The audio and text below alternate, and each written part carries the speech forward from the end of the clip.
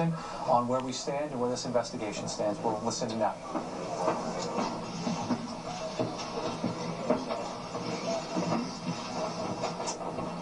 Everybody set? I'm going to make a couple of comments and then turn it over to Rick Delorier, who's the special agent in charge of the FBI's office here, and then ask Commissioner Ed Davis to make some comments, and then we're happy to take any questions that you may have. As you all know, this whole community has been dealing with a horrific event today. 2 explosions on Boylston Street near the finish line of today's Boston Marathon. Over 100 people were injured, some gravely. We are not ready yet to confirm the details of those injuries. There are federal, state, and local law enforcement all on scene and coordinating very closely. The FBI has taken charge of the investigation.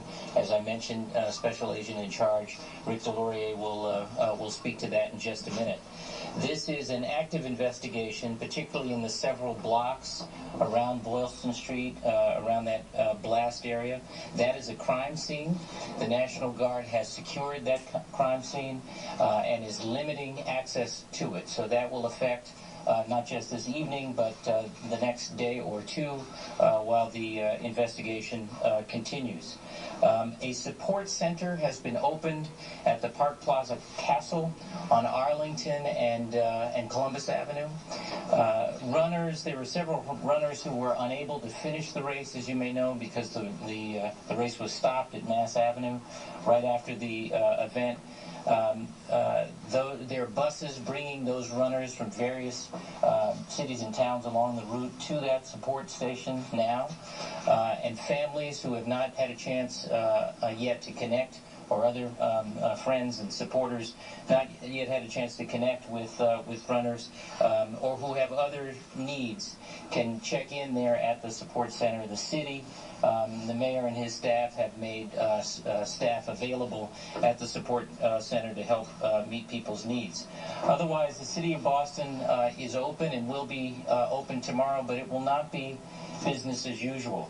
There will be a heightened law enforcement presence consistent with the severity and seriousness of the ongoing investigation. People should expect, those who are riding the T, that there will be random checks of backpacks and other parcels, and we just ask everyone to be patient with that inconvenience for the time being. It is for the public's safety.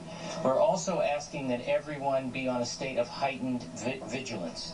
That is really required of everyone. Please report suspicious packages or parcels or suspicious activity to local law enforcement.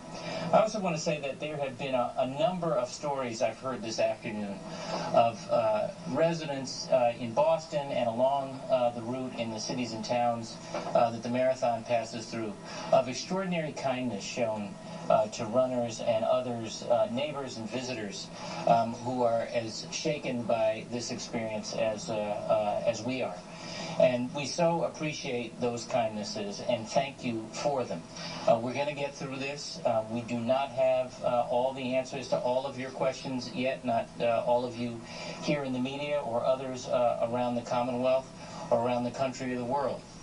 But I can tell you from the President to the members of our congressional delegation, to many, many fellow governors who have called to check in, to all of the leaders in law enforcement here in the state, at the local level, and at the federal level, we are all coming together to do everything we can to get to the bottom of this. Let me turn the podium over now to Special Agent in charge, Rick Delorier. Rick? Thank you very much, Governor Patrick. The most important fact that I wanted to convey to everybody this evening has already been mentioned by Governor Patrick. The FBI is taking the lead in this investigation. It is asserting federal jurisdiction. It will do so through the Boston Joint Terrorism Task Force, members of which are comprised by all the members of the law enforcement agencies here represented at the podium. This will be a combined federal, state, and local effort. It will be an ongoing investigation. It is a criminal investigation that is a potential terrorist investigation. We will be working diligently to gather information and gather all the facts and bring those who are responsible for this crime to justice as swiftly as possible. It is an ongoing investigation, as Governor Patrick mentioned. I'm not at liberty right now to go into details of that ongoing investigation, but echoing Governor Patrick's words, I encourage everyone to have a heightened state of vigilance here in the Boston area tonight and tomorrow as we move forward. I urge anybody who has any information pertaining to this crime to call 1-800-CALL-FBI. This is a tip line that we have set up, ready to receive tips that might come in or leads that might come in. The FBI is bringing a substantial, very, very substantial federal resources to bear, along with our federal partners. ATF is well represented here. Gene Marquez from the Boston ATF office has been a key ally of ours. All the law enforcement agencies here will be bringing tremendous resources to bear. All federal resources that can be brought to bear will be brought up here to the Boston area. So that being said, I will turn it over now. I think U.S. Attorney Ortiz wanted to say a few words, and then we'll turn it over to Commissioner Davis.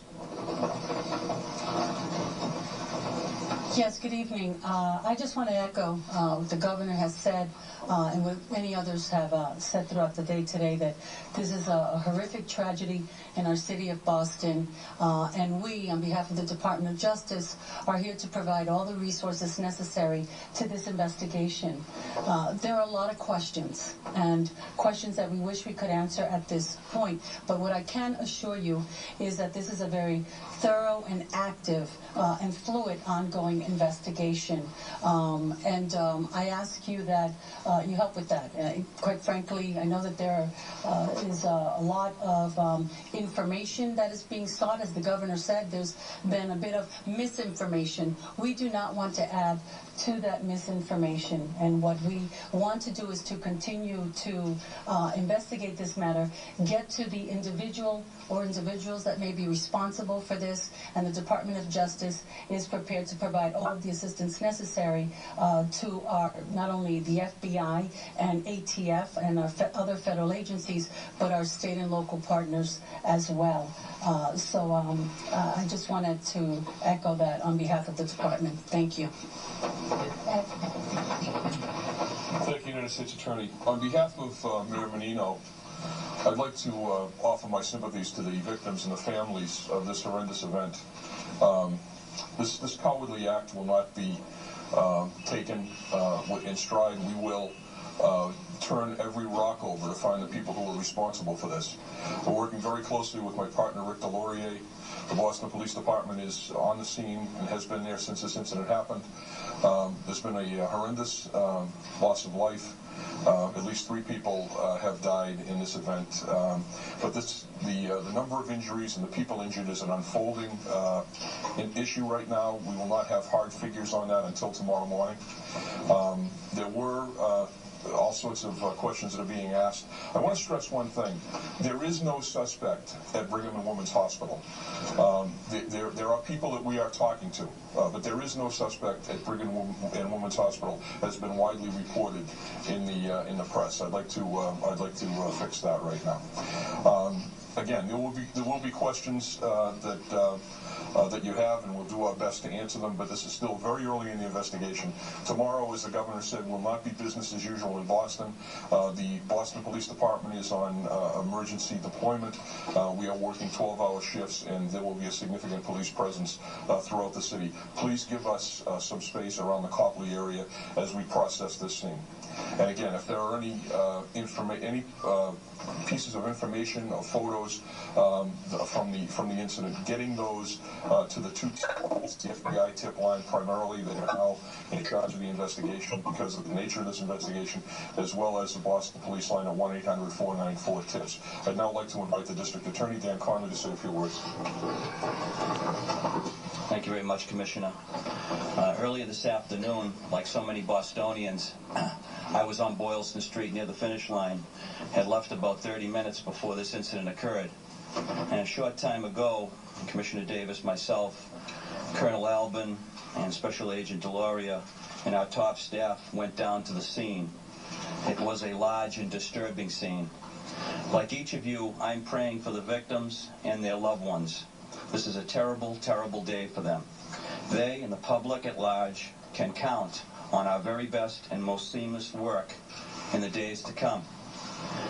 Seconds after those bombs went off, we saw civilians running to help the victims right alongside members of the Boston Police Department and Boston EMS.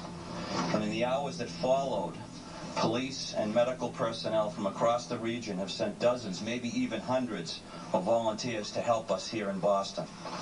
That's what Americans do in times of crisis. We come together and we help one another. Moments like these, terrible as they are, don't show our weakness. They show our strength. Thank you. Have you take any questions? Oh, sir, I heard a lot of speakers telling people regarding this stuff, be calm moments before the bomb went off. Is this another falsified stage attack to take our civil liberties for more homeland security? Sticking a hand down on the kids on the streets? No. Next question. You had said that there's no suspect, but is there a person of interest either at Park Plaza or Brigham and Women? Or people of interest? I'm not going to comment on specific investigative leads that are ongoing right now. I'm not at liberty to. But there is investigative activity ongoing right now, but I'm not at liberty to comment on the specifics of that. Are you following people? Again, it is a very active and fluid investigation at this time. All resources, federal, state, and local, are being brought to bear. No, again, I'm not going to comment on specifics of the investigation right now in terms of the number of explosives that were found at the location. Can you tell us how many undetonated explosives were found? No, I'm not going to comment. Evidence analysis is ongoing right now, and it would be imprudent to me to comment before that evidentiary review is finished. Commissioner, there's people who work in the area. If it's going to be tough tomorrow, what should people do tomorrow? Should I respond to that? Just in the area that is the cordoned off crime scene, which is basically runs along Boylston Street from Berkeley to Mass Ave, and then north to Newbury Street and south to Huntington Street. That's the secure area right now. Now that may get smaller over the course of the next several hours of investigation, but that area is not going to be accessible for normal traffic. There are people in hotels and people who live there who have to work out how they get to and from where they need to be. But otherwise, I think it's fair to say that area is pretty much going to be locked down until the investigation is complete. Can people just walk to their offices or walk to work? Well, I think some of that has to be sorted out, but it's not going to be easy, simple, or regular. And I think in most cases, people are not going to be able to have access to that specific area as it evolves over the course of the night. So what should people do? Go to the morning for music? Exactly. I mean, this is. I would say in this sense, this is a little like storms we've dealt with, where we are very much going to depend on you. As soon as we get information, we will put that out, and we will count on you to get it out to the general public. Are you confident that you found all the explosives? Are you confident that people are safe now? Are you concerned? We are in the process of going through all of the abandoned property that was discarded at those places. We've pretty much cleared the Boylston Street area. There are no further devices that we've located at this point in time, but we are getting reports from various places about suspicious packages. That's perfectly understandable in this situation. I'm not prepared to say that we are at ease at this point in time. We are still very actively pursuing every lead that we have. Can you confirm that 8-year-old child was killed? I'm not going to confirm that right now. We'll have that information for you first thing in the morning. The medical people are compiling that as we speak. Extent of the injuries, how serious people are. This was a very powerful blast. There was serious injuries. Does the investigation include the entire marathon route? No. Searching the entire route? No, we've locked out. Well, I mean, the investigation will lead us in various places, but right now, that area that the governor outlined is our main point of focus right now. Speakers tell people to be calm before the bomb went off. I want to answer that question. Currently in your search for additional devices, are you searching the entire route of the marathon, or are you focused on certain areas right now? There's specific areas you're focused on, on the top of the area? At this point in time, our focus of the investigation is in the area that the governor mentioned. Are there any unaccounted for people? If so, how would you? We're actually working very closely with the families right now. We're setting up a location near here that families can come to if they have any questions. The mayor's office has fielded many calls of concern. We're going through those right now. Okay, why was people being told prior? 9:30 tomorrow morning will be the next briefing. Thank you. Go right there. You've just been listening to the latest briefing from Police Commissioner Ed Davis, Governor Deval Patrick. We also heard from District Attorney Dan Conley, among others, Rick Delorier from the FBI field office. What I took from that, number